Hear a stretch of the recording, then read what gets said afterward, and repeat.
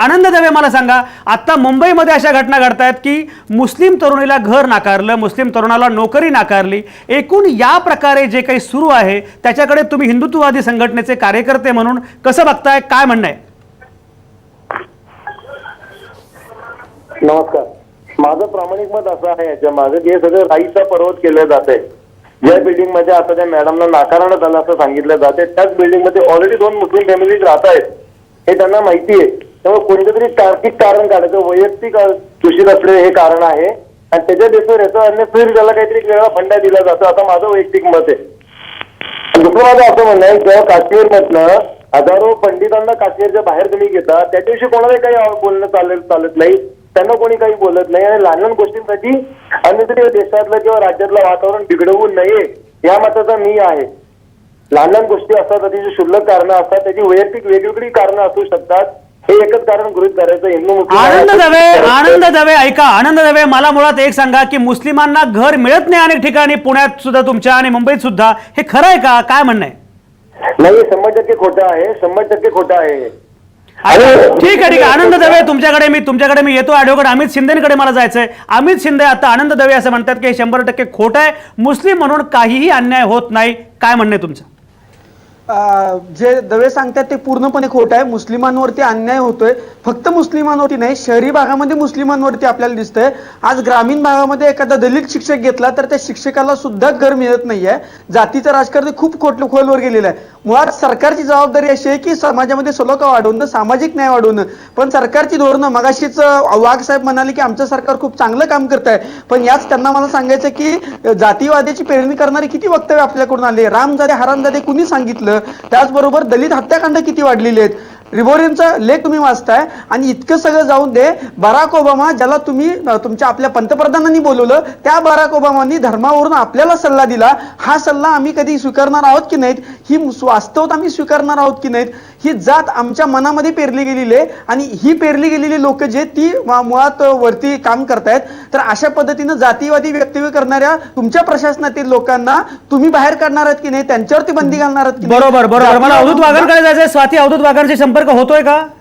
नाही, ठीक आहे. मनीषा कायंदे, मला सांगा की मुळामध्ये ही जी मांडणी आता अमित शिंदे करतायत एकीकडे, दुसरीकडे मगाशी नीला लिमे चक्क असं म्हणाल्या की सहिष्णुतेचा धागा जपण्यात काँग्रेसचा फार मोठा वाटा आहे. प्रत्यक्षात काँग्रेसवर जे काही आरोप होतात ते आपल्याला माहिती आहे. मनीषा कायंदे, काय म्हणणं आहे तुमचं?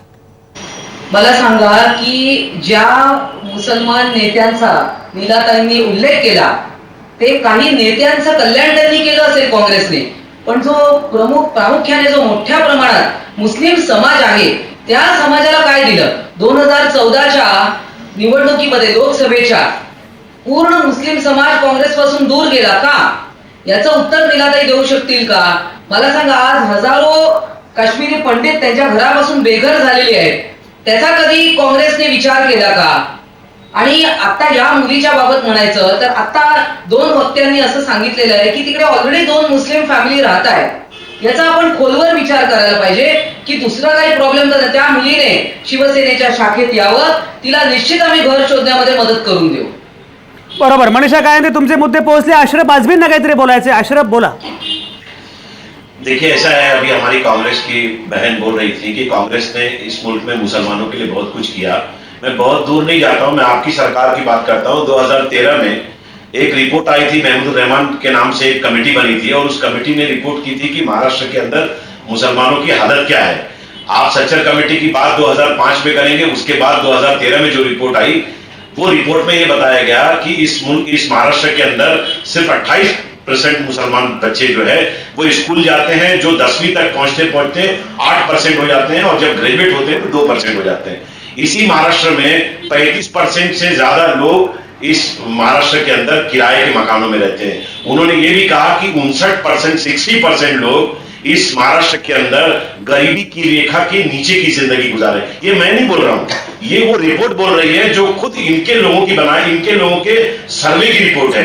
अगर मैं आपको बोलूं कि महाराष्ट्र की ज्यादातर औकाफ की जो जमीन है वो इनके सारे जो लोग थे, जो ताकतवर लोग थे, उनके कब्जे में है, लेकिन वो जमीन मुसलमानों के हवाले नहीं हुई. मैं आपके माध्यम से सिर्फ इतना ही समझाना चाहता हूं कि आज की नई जनरेशन को जिस तरह से समाज तोड़ने के नाम पर कुछ लोग ले जाना चाहते हैं, उनको इतिहास के बारे में बताकर, उनको वो बात बताकर कि इस मुल्क में पाकिस्तान से लड़ने के लिए 1965 में वीर अब्दुल हमीद ने उनके टैंक में ले जाकर जब कुछ नहीं सूझा तो अपने जिस्म को बांधकर अपने जिस्म के चिथड़े उड़ा लिए, लेकिन उस टैंक को भी खत्म कर दिया। इस मुल्क के अंदर कारगिल की जंग में हिंदुस्तान की लड़ाई में बढ़तरी के लिए आगे मतलब जीत के लिए कैप्टन हनीफ ने इस कश्मीर की सफेद बर्फ की पहाड़ियों को अपने खून से लाल कर दिया।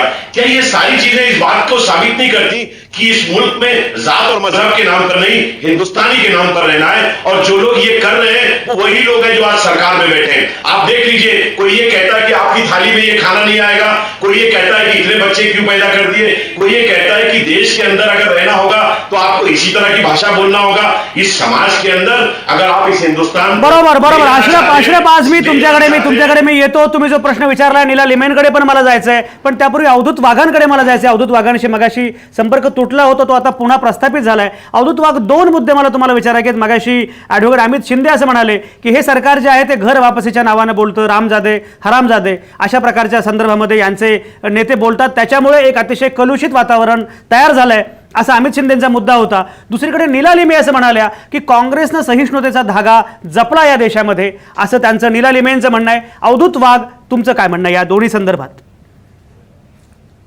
मला असं वाटतं की एखादी गोष्ट झाल्यानंतर ह्या देशामध्ये जे काही फॅब्रिक आहे सर्व धर्म समभावाचं ते तोडण्याचा आपण प्रयत्न करू नये. या देशामध्ये एक नव्हे, दोन नव्हे तर 3 अध्यक्ष म्हणजे झाकीर हुसेन साहेब होते, फखरुद्दीन अली अहमद साहेब होते, आणखीन अब्दुल कलाम साहेब होते. 3 अध्यक्ष या देशाला मुस्लिम समाजातनं मिळालेले आहेत. त्यामुळे डिस्क्रिमिनेशनचा प्रश्नच नाही. विशेषतः भारतीय जनता पक्षाचं ज्यावेळी देशामध्ये सरकार होतं आणि अटल बिहारी वाजपेयी ज्यावेळी या देशाचे पंतप्रधान होते त्याचवेळी डॉक्टर अब्दुल कलाम हे या देशाचे अध्यक्ष झाले. आपण लक्षात ठेवलं पाहिजे. मला असं वाटतं की ह्या प्रश्नाला आपल्याला मोठ्या पटावर घेऊन गेलं पाहिजे. सरकार भारतीय जनता पक्षाचं आहे, शिवसेनेचं आहे, काँग्रेसचं आहे की कोणाचं आहे, याच्या पलीकडे जाऊन तुम्ही जो प्रश्न उपस्थित केलेला आहे की या देशामधल्या जातीच्या, पातीच्या, धर्माच्या भिंती कशा तुटणार यासाठी सर्वांनी प्रयत्न केले पाहिजेत. आणि हे प्रयत्न आज होत आहेत का? फक्त आजच होतात असं नाही, अनादी कालापासून होतात आहेत. छत्रपती शिवाजी महाराजांपासून शाहू फुले, आंबेडकर, सावरकर, हेडगेवार या सर्वांनी प्रयत्न केलेले आहेत. आणि या शेवटी हा समाज पुरुष असतो. या समाज पुरुषाचं एक मोठं वय असतं. हे काय 1 दिवसामध्ये, 2 दिवसामध्ये, 3 दिवसामध्ये चेंज होत नाही, परंतु होत राहतं. आपल्या सर्वांना संयम ठेवण्याची गरज आहे, आपल्या सर्वांना धीर धरायची गरज आहे. परंतु हा देश, या देशातील व्यवस्था आणि समाज एका डेफिनेटली चांगल्या डिरेक्शनकडे जाते आहे. राजा राममोहन रॉयनी सतीची चाल बंद केली, त्याच्यानंतर त्यांनी विधवा केश वपनाची चाल बंद केली. तेव्हापासूनचा आजपर्यंतचा जो प्रवास आहे त्याच्यामध्ये छत्रपती शाहू महाराजांनी आणखीन अगदी फुले साहेबांनी जे काही केलेलं आहे त्याच्यामुळे हा समाज नक्कीच पुढे जातोय. मला असं वाटतं की बरोबर अवधूत वाघ, तुमचे मुद्दे महत्वाचे आहेत आणि संयमाची आवश्यकता, एका वेगळ्या परिवर्तनाची, प्रबोधनाची आवश्यकता आहे. हा अतिशय महत्वाचा मुद्दा आहे आणि त्या सगळ्या संदर्भात पुन्हा आपण ही चर्चा करणार आहोत. पण आता या क्षणी मी घेतोय एक छोटासा ब्रेक.